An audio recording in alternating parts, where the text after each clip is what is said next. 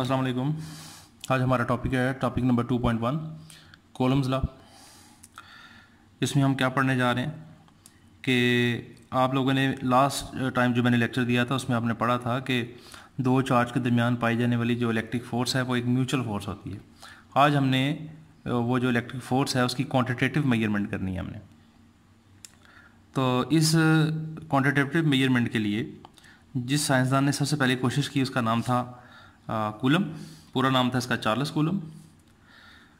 French military engineer था ये, और ये वो पहला साइंटिस्ट था जिसने पहली अटैम्प्ट की थी for the measurement of quantitative nature of electric force.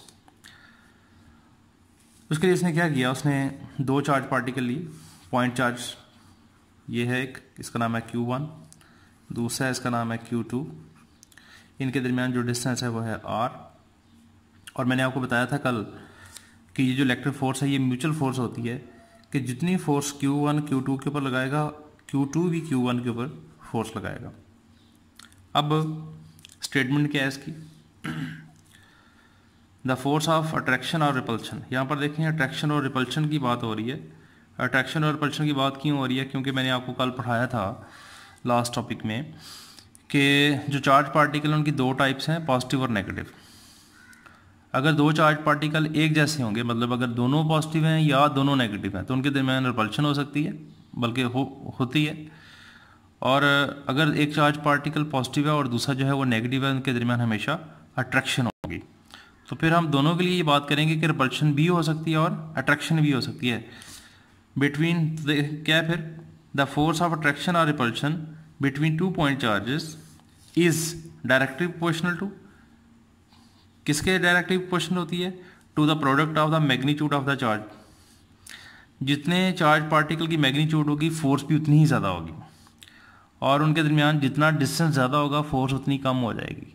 ये जस्ट लाइक ऐसे ही है कि जैसे न्यूटन ग्रेविटेशन लॉ है, कि न्यूटन ग्रेविटेशन लॉ में आपने पढ़ा था कि फोर्स ऑफ ग्रेविटेशनल फोर्स जो है दो मैसेस के दरमियान, वो आपने पढ़ा था कि वो होती है m1 m2 ओवर r²। तो यहाँ पर m1 और m2 की जगह पर चार्ज पार्टिकल आ रहे हैं। तो देखें क्या होगा, and inversely proportion to the square of distance between them. ये तो हो गई इसकी स्टेटमेंट। अकॉर्डिंग टू स्टेटमेंट जो इक्वेशन हमारे पास बनेगी वो क्या बनेगी, f प्रोपोर्शन है Q1 Q2, f प्रोपोर्शन है 1 ओवर r²। दोनों इक्वेशंस को मैंने इकट्ठा किया, f प्रोपोर्शन हो गया Q1 Q2 ओवर r²। उसके बाद प्रोपोर्शनैलिटी का साइन जब हम खत्म करेंगे तो आपके पास आ जाएगा f is equal to k Q1 Q2 over r²।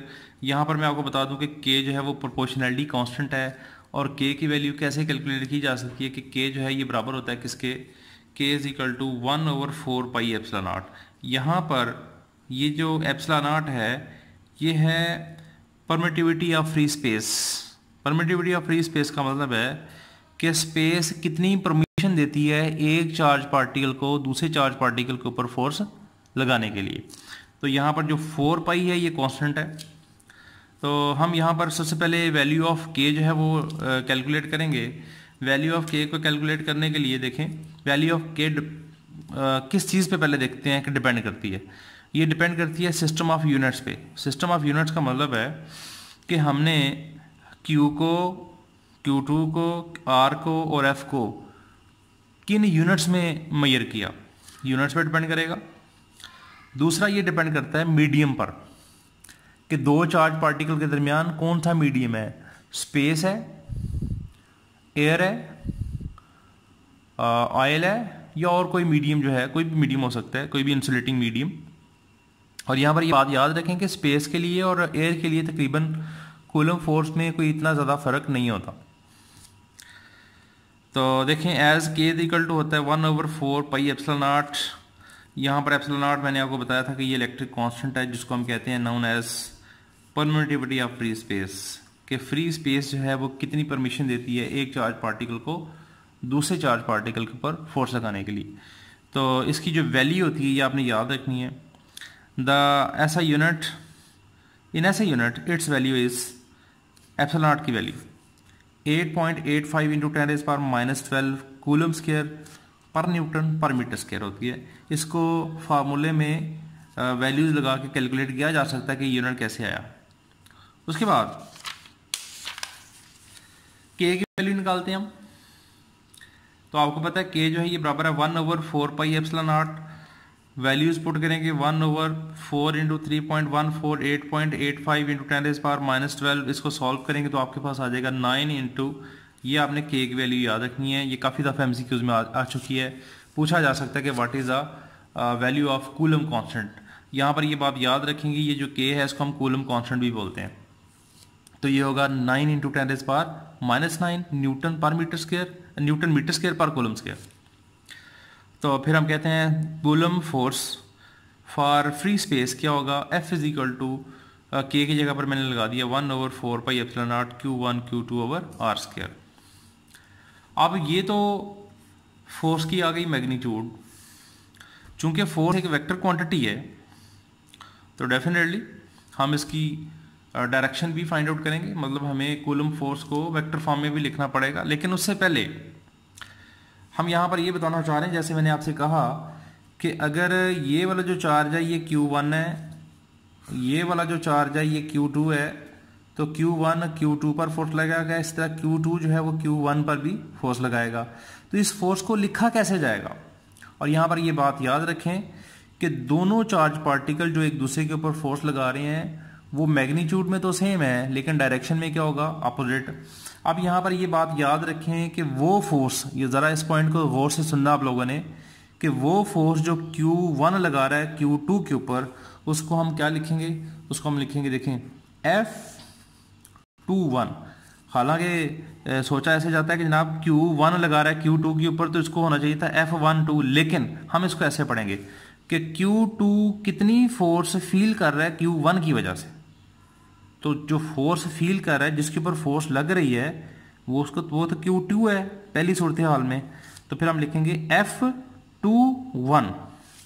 इस तरह Q1 जो है वो कितनी फोर्स फील कर रहा है Q2 की वजह से, तो उसको मैं लिखूंगा F12 के। तो इसमें ये बात याद रखें कि एक इसमें पॉजिटिव होगा और एक क्या होगा, negative.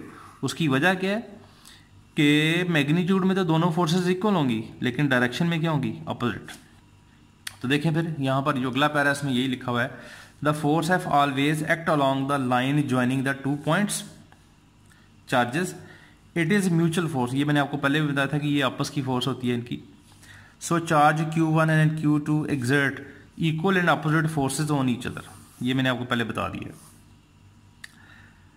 The force exerted on Q2 by Q1, जो फोर्स लगती है किसके ऊपर, लगाता है Q2, जो फोर्स Q2 के ऊपर लगती है किसकी वजह से, Q1 की वजह से, उसको हम रिप्रेजेंट करते हैं किसकी वजह से, F21। ये भी मैंने आपको ऊपर डिस्कस कर दिया है। And on Q1 by Q2 is F12। So F12 बराबर होगा माइनस F21 के। तो यहां पर ये बात याद रखें कि कोई जरूरी नहीं है कि F21 ही माइनस होगा, ये भी माइनस हो सकता है, लेकिन दोनों में से एक पॉजिटिव होगा। तो इस चीज को मजीद एलेबोरेट करने के लिए हम इसकी वेक्टर फॉर्म लिखते हैं। ये देखें Q1 चार्ज है, Q2 चार्ज है। अब यहां पर Q1 फोर्स लगा रहा है Q2 के ऊपर, या दूसरी तरह हम ऐसे भी कह सकते हैं कि Q2 फोर्स फील कर रहा है, महसूस कर रहा है Q1 की वजह से, उसको हम लिखेंगे F21। और आपने वेक्टर में पढ़ा था, वेक्टर वाले चैप्टर में पार्ट 1 में, कि किसी भी वेक्टर की डायरेक्शन को रिप्रेजेंट करने के लिए जो वेक्टर इस्तेमाल होता है उसका नाम होता है यूनिट वेक्टर। तो यहां पर मैं लिखूंगा यूनिट वेक्टर R, तो जो नाम होगा फोर्स का वही होगा यूनिट वेक्टर R का। देखिए मैंने यहां पर लिखा यूनिट वेक्टर R21। इसी तरह नीचे वाली फिगर में Q2 जो है वो Q1 के ऊपर फोर्स लगा रहा है, या हम इसको ऐसे भी बोल सकते हैं कि Q1 कितनी फोर्स महसूस कर रहा है Q2 की, तो उसको हम लिखेंगे F12। मतलब Q1 कितनी फोर्स फील कर रहा है Q2 की वजह से, जिसको मैं लिखूंगा F12। और इसका जो यूनिट वेक्टर होगा वो फोर्स के लिहाज से R यूनिट वेक्टर R12। तो ये देखें, ये मैंने वेक्टर फॉर्म में लिखा है कूलम फोर्स को। F21 बराबर होगा 1/4 pi epsilon naught Q1 Q2 over R square, और यहाँ पर आ जाएगा R21। ये इसकी वेक्टर फॉर्म हो गई। इसी तरह F12 को आप लिख सकते हैं 1/4 pi epsilon naught Q1 Q2 over R square R12। तो फिर हम यहां पर कहते हैं कि as R12 is equal to minus R21, so F12 is equal to होगा माइनस F21 के। दिस शोज दैट फोर्सेस देखे ना, दो फोर्सेस हैं। ये जो फोर्सेस हैं या तो ये अट्रैक्टिव हो सकती हैं या क्या हो सकती हैं, रिपल्सिव हो सकती हैं। उसके बाद एक इसका छोटा सा हिस्सा है इसी टॉपिक का कि मीडियम का क्या असर होता है कूलम फोर्स के ऊपर। What is the effect of medium, ये शॉर्ट क्वेश्चन के तौर पर अलहदा से आ सकता है। ये बात याद रखेंगे, जब ये क्वेश्चन आएगा तो उसने लिखना है define and explain Coulomb's law.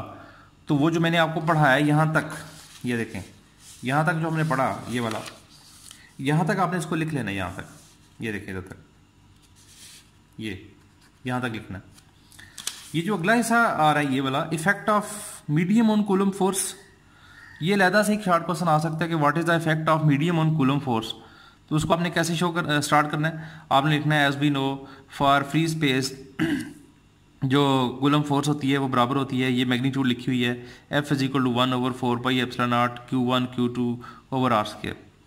ये तो था फ्री स्पेस के लिए। अगर हम फ्री स्पेस के अलावा कोई मीडियम रख दें दो चार्ज पार्टिकल के दरमियान, तो फिर क्या होगा, तो फिर हम कहते हैं कि फिर कूलम फोर्स जो है वो रिड्यूस हो जाएगी।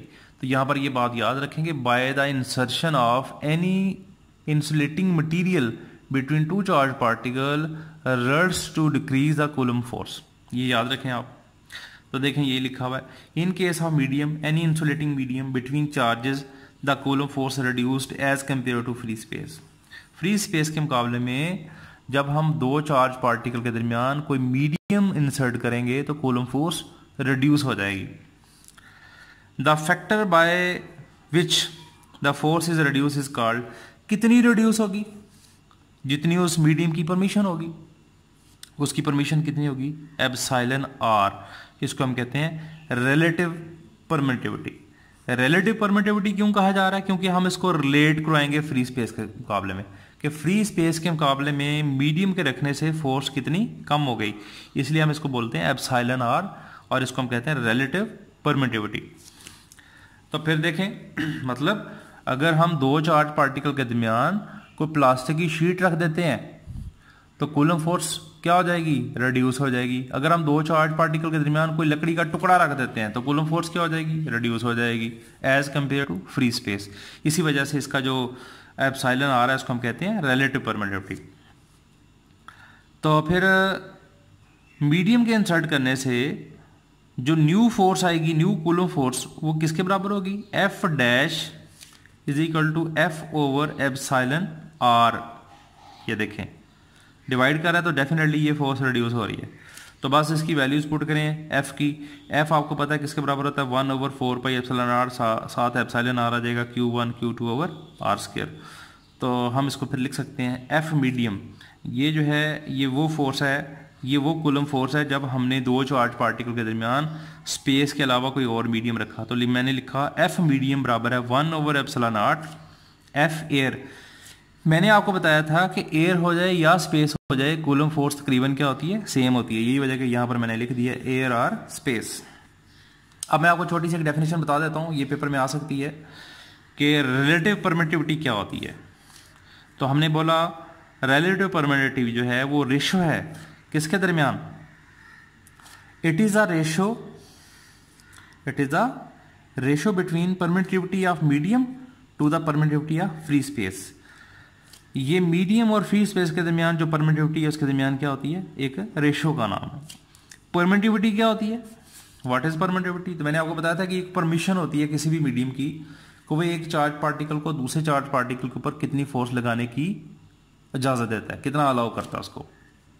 The ability of a medium to allow the electric force to pass through it, उसमें से कितनी इलेक्ट्रिक फोर्स पास कर सकती है। तो ये डेफिनेशन होगी परमिटिविटी की। तो ये एक आपका टॉपिक था कूलम लॉ।